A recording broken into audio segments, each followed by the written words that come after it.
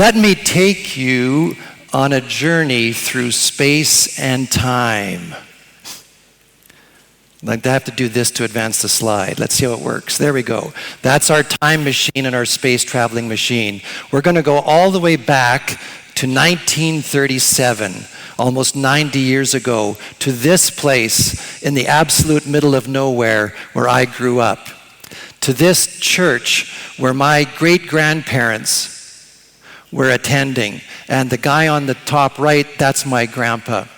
And that church was a group of people who for maybe 150 years had not seen very much change in the technology they were using. They were farming people, they lived godly lives, they lived simple lives, but they were facing a challenge. This thing was coming into some people's homes. It was a radio. And the people of the church wondered, what should we do about this? Should we allow radios in people's homes or not? And so the wise people of the church went away and did this. They studied the Bible to see what truths can we learn from what was written 2,000 years ago that help us in a time like this. And I'll just pick one of them. Philippians 4:8. Whatever is true, whatever is noble, whatever is right, whatever is pure, whatever is lovely, whatever is admirable, if anything is excellent or praiseworthy, think about these things. And there were a bunch of these kinds of verses, and we will send these out to you afterwards, that guided their decision. And in the end, these wise people came up with this. This was their conclusion about what should be done. And it's a lot of words there, but I want to look at these in particular. And so it says, we are living in an age of modern inventions. That's 1937. I think they would be pretty shocked if they were here today. But yes, they were living in an age of modern inventions. And they think that their members should be governed by personal conviction based on God's word as to what is right and wrong, and the proper and improper uses of the radio and other modern inventions. So they not only answered the question about the radio, but also things to follow. And their wisdom, I think, is very relevant to us today here. And it's certainly had a huge impact in my life. Because let's get back in our time machine and go all the way to 1981. When this young man had been saving his money. I was on a farm, and there I am. And I had saved my money by raising cows. My father would let me have one cow each year. And so for 3 years, I cared for this cow, and I sold that cow, and I saved my money, and I was a little short, so my sister gave me a loan at 14% interest, which is, I'm not sure in Rwanda, but in Canada that seems pretty high. So anyway, my sister gave me a loan, and I used my cow money, and I bought that computer right there.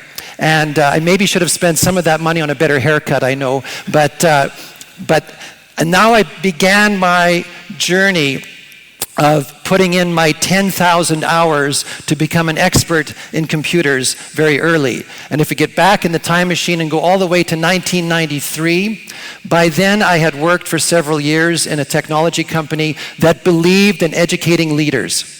So I already saw as a young person the value of that education. And someone else that was in the leadership program there and myself decided, well, can we get that picture or not? But anyway, it's a picture of us opening up our first ever computer monitor in 1993. We spent all our money on that. And if you could see it, I'd make a joke about we maybe should have spent the money on clothing because we weren't very well dressed. But that was, and then we began from there. Let's go back into the future. Let's see if we can get that to happen. All the way to 2022, that company slowly grew from the two of us in our spare rooms to these people on the stage. By that point, there was 240 people in the company. And we had thousands of customers around the world. And during that time, I got to see the impact of good leaders, what good leaders could do in my company, and I also saw the impact of when I failed as a leader, how bad that was. And so I became very passionate over that time about leadership, and so that's partly why I'm so enthusiastic about the work that the Abundant Leadership Institute is doing. So, let's get back into the time machine, and here we are today in 2025, and let's look at our friends from Alberta, what they would have to say to us today. I think we are still living in an age of modern inventions, it feels like. That's still true. And I think it's still true that we should be governed by personal conviction as to how we use the technology for right or wrong. And I don't know how it is in Rwanda, but among people my age in Canada, there is some people who are very concerned about artificial intelligence. They think it's a bad thing. They don't want anything to do with it. Others think it's the greatest thing ever. Still others want to not have any human friends and only have AI friends. There's a spectrum there. But my conclusion, just like my ancestors, is that there are many good things with the technology, with AI, and we would be foolish not to use the good things. But we need to be vigilant to not use the bad things. I'm going to talk about a number of principles and ways you can use AI to help, but I want to preface it all by saying there is no substitute for having godly friends, godly peers, godly people in your network that you can talk with and learn from. There's no substitute for that. But we should use AI to help us. And so let's keep going. The point is that technology's always going to change.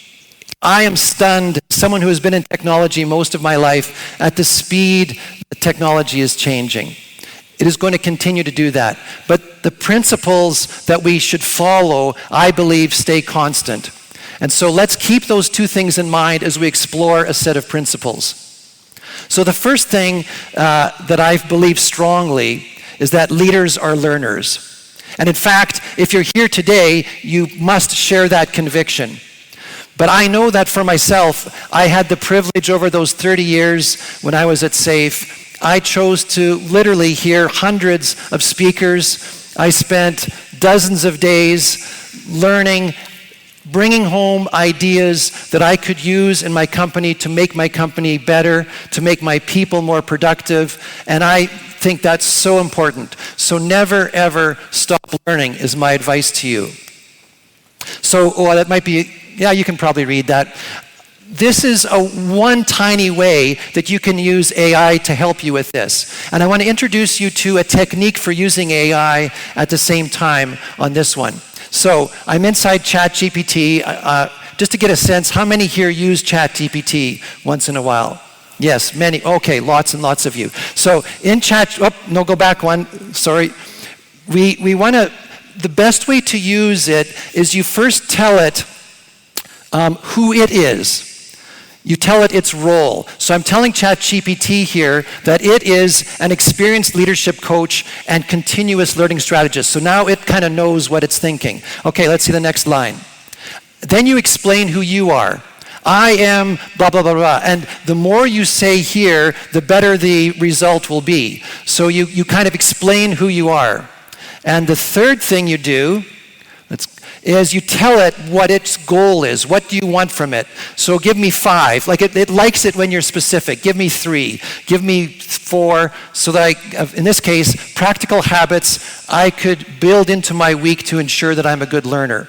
And then lastly, you give it kind of the format or how you want it to do this for you. So this is the format that I believe is useful to know about using AI, and here's specifically how we can use it to help us be learners. Okay. The other thing I learned over my years is that almost never do things go according to your plan. It's good to make a plan, it's good to have a goal, but then, as one of my longtime friends in Vancouver says, you must hold it loosely. Have a strategy or an attitude, a stance, where your hand is not like this, but your plan is loose in your hand. And then you work towards your plan, but as things change, then you change. You adapt. And again, going back to my church I grew up in, when I was young, I noticed they would always say, Lord willing, we will have our picnic on next Sunday. Lord willing, we will meet together here and there. And I always thought, Now the reference is from James where he warns us not to be proud about making our plans because God can change those plans. But for most of my life, if I said I was going to travel to Finland next month, I probably was going to travel to Finland next month. But then 2020 happened, and suddenly we all learned the importance of putting Lord willing on the beginning of all of our plans when things had to change. So I think that's important to realize that you can make plans, it's good to do that, but when things change, that is good. Keep following where God's going to take you. So this is a prompt here to help you when you're working with your team. Help me create a team talk to encourage my team on how we can make different strategies for when our plans change. This is just like having another friend that you can have at your fingertips to help you in different situations. Mistakes. There are always going to be mistakes. I made many mistakes. The important thing about mistakes is learning from them. Now, you should try to do as best you can to avoid them, but if they're going to happen, that's okay. You shake off the dust off you and you go again. But one thing that I found quite useful in my career, and I don't know how this will translate, was to do something we called a pre-mortem. So a post-mortem is when the doctor checks somebody after they're dead to see what happened. A pre-mortem is to discuss how can we avoid dying in the first place. And so I would do that with my team, but you all have a very smart friend at your fingertips. So you can, go to the next slide, yes, have something like this that says, you are a coach, Mr. ChatGPT, that helps us prepare. We're about to begin some project. I'd like your help in anticipating ways it might fail so we can reduce risk. Put it out there, get the AI to tell you things. Maybe half of them are no good, maybe all but one are no good, but at least you have one new idea to say, okay, I never thought that it might start pouring rain, and so maybe I should consider having a tent. So that's what this can help you with. All right, another really important one that I learned is that people are the plan. That's a quote from that guy named Henry Cloud, but I remember before I started my company, I had one of my bosses, and she said, I have been doing this for a long time, and it doesn't really seem to matter what offices I give people, what tools they have, do they have fancy computers or simple ones, what process we follow. All those things seem like they don't really make that big of a difference. The number one thing that makes a difference is who is on my team.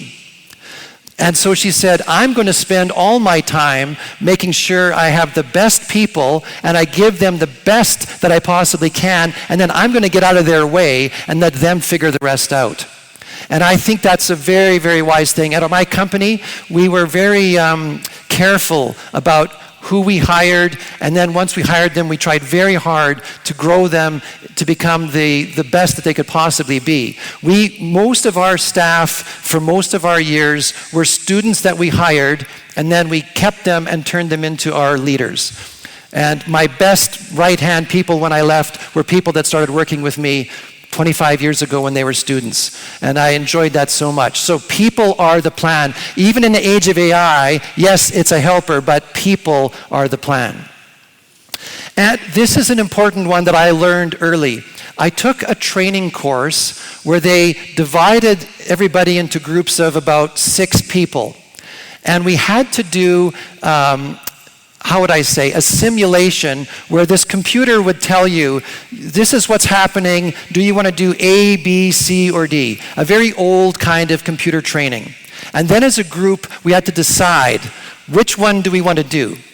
And in our group, there was 5 of us that would always agree on the same thing. It's obviously we should do B. And there was one guy who always wanted to argue with us. He never wanted to agree, and he always had a different idea. And it was driving me crazy. But what happened? We had to all talk about, why do the rest of us think it should be B? Why does he think it's F? And 95% of the time, we would agree, yes, B was the right one. But 5% of the time, we would agree that it was wrong and we should change. Some of it was to him and some of it was to a different choice altogether. So I learned that it's very important to have voices around you that don't always agree with you. Even though it's a little painful, it's very dangerous when you as a leader only have people that say, yes, oh, that's a great idea, yes, that's wonderful. And actually, I have learned that AI, at least ChatGPT, is extremely anxious to agree with you. It thinks that you're its master. And of course, whatever dumb idea you say, that's a great idea, it will tell you. So, I will say, if you're using AI, you should use language like the bottom. Please challenge me respectfully. Highlight blind spots. Help me see risks or perspectives. Be honest and constructive. I'm not looking for agreement. I want to think better. You need to tell it that. Otherwise, it's just going to tell you, Dale, you're the smartest guy ever. I can't believe how great you are, which might make you feel good, but isn't good. My wife isn't agreeing, but it isn't going to give you the best result. This one, Leaders Eat Last. This is a book by a guy named Simon Sinek, who I really admire.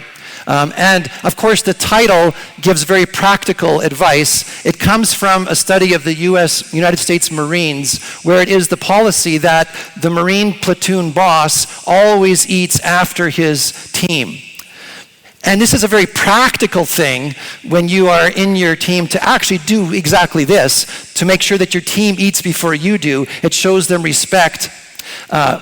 But I think it goes more than that. Let's look at what Jesus did. He washed the feet of his disciples. When we were asking earlier, what should we consider leadership to be, many of you said servant. Servant is what this is all about. It's about putting the team's interests and needs before your own. And they will appreciate that. They will be so willing to give to the team if you have this attitude. And it's not that you're doing this as an act. It is a heart attitude. You need to actually want to eat last. You have to be happy if there's no food left. At least I'm the guy that's not eating and not somebody else on my team. That is what you need to do. And I think if you can get there, it is a wonderful, wonderful place to be. So on this one, you can think about giving a talk to your new managers. You can use AI to help you. You can say, look, you are really inspired by the ideas of Simon Sinek. Give me a talk that I can use to share with my team. When you are speaking, never use the word I. I didn't do anything. My team did things. We did things. If you use the word I, it's a danger of fueling pride and ego. And first of all, it's a bad stance to have because the Bible says pride comes before the fall.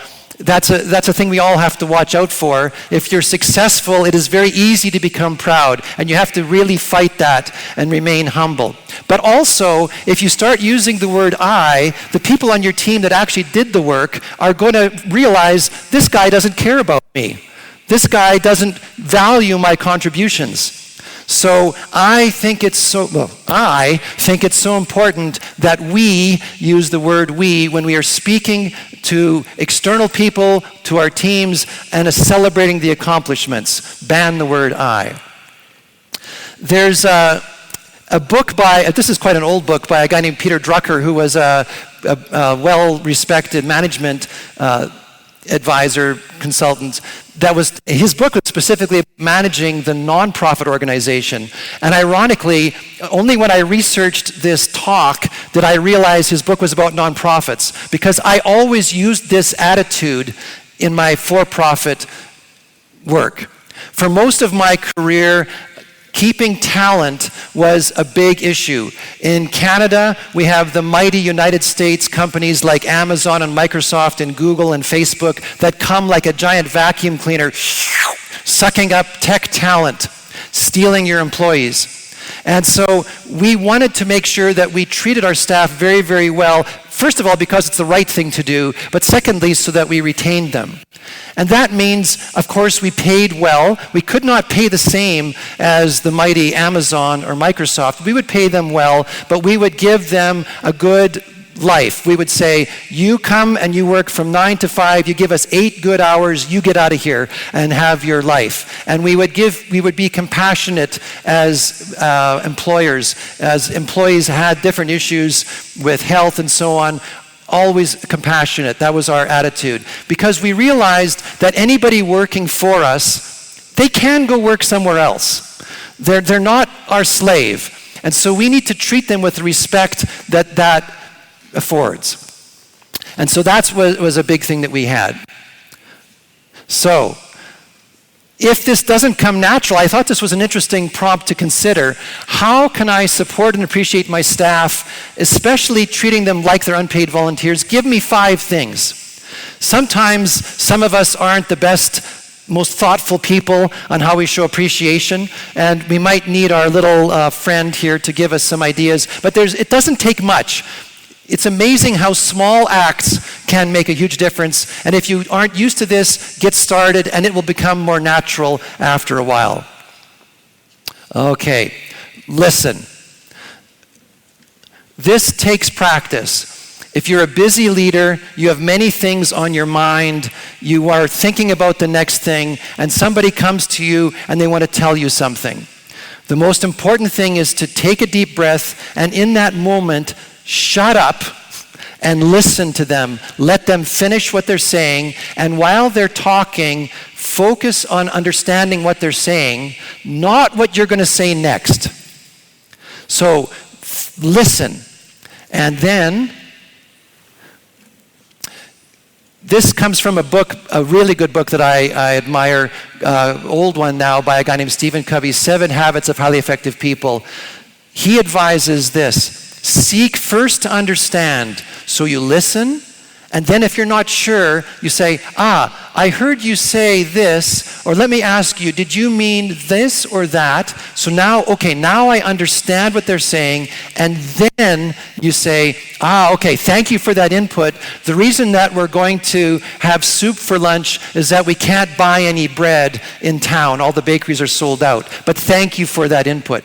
But you don't shut them off, because maybe they'll say, I just want you to know that I found a bread store that's open and will work for us. And if you cut them off, you don't get a chance to hear what they have to say. I remember, people are the plan. You need to be able to listen to them.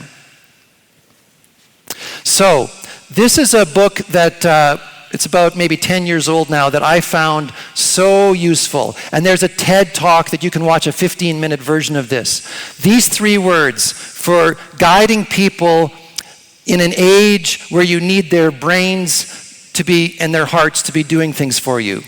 So the 3 words are autonomy, mastery, and purpose. And I'll talk about each of those briefly.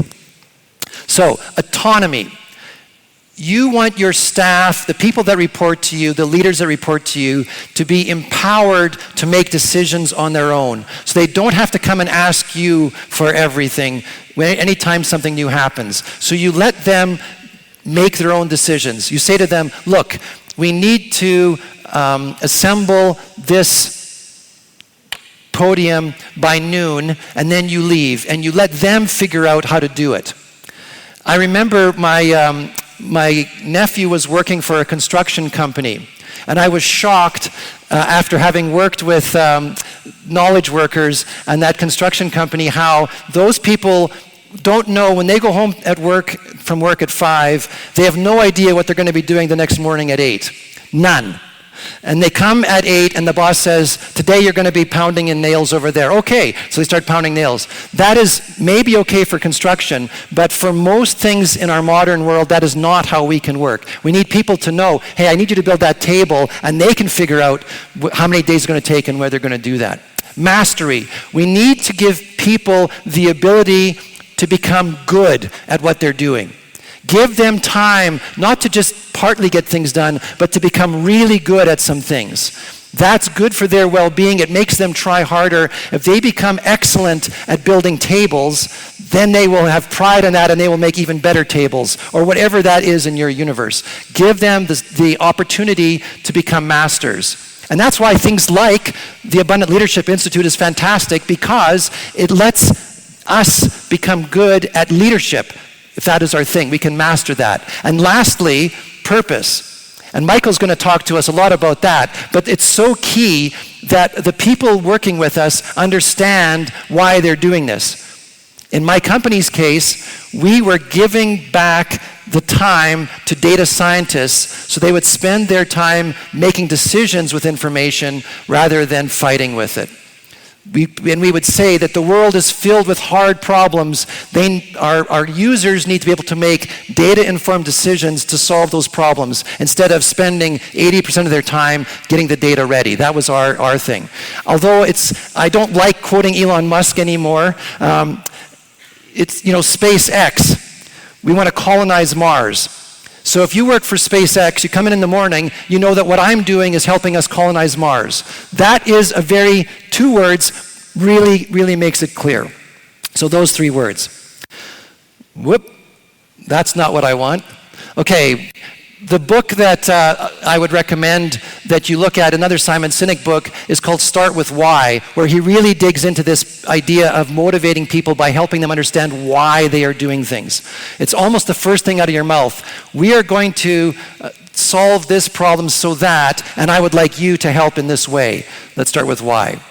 So this is another prompt here to help you figure out how you can use these principles of autonomy, mastery, and purpose to help your team flourish even more. All right, I'll finish up with this. A verse that probably 20 years ago I attended a talk which dug into this one. Act justly from Micah. What does God expect of you? Act justly, love mercy, walk humbly. The most important leadership principles verse for me in my whole career. I would sit in meetings having this flip through my head. Okay, which one of these 3 is relevant here, and what does it mean in this situation to act justly? Make sure that justice is served. If you're dealing with people, there are going to be conflicts. There's going to be situations where things aren't working. What does justice look like? It took me a long time. It's only recently that I realized this verse actually has an order to it. The first thing is justice. It may mean sometimes you might have to no longer work with someone. You have to say goodbye to them. That might be justice. But then we flip to the next one. What does it mean to be merciful? Okay, we're going to part ways. But can we do this in a way that is honoring to that person's skills, their life, help them be successful in the next thing? Or when I'm working with a partner that is not quite working well, what does it mean? Can I adjust things to give them a second chance? But remember, we have to act justly. But most importantly, walk humbly. It's not about yourself. Watch for pride. It's the most dangerous thing that I have seen really sink leaders, is when they think it becomes about them, and it really isn't. So, with that in mind, let's remember that technology changes, but principles endure. And that's all I have to say.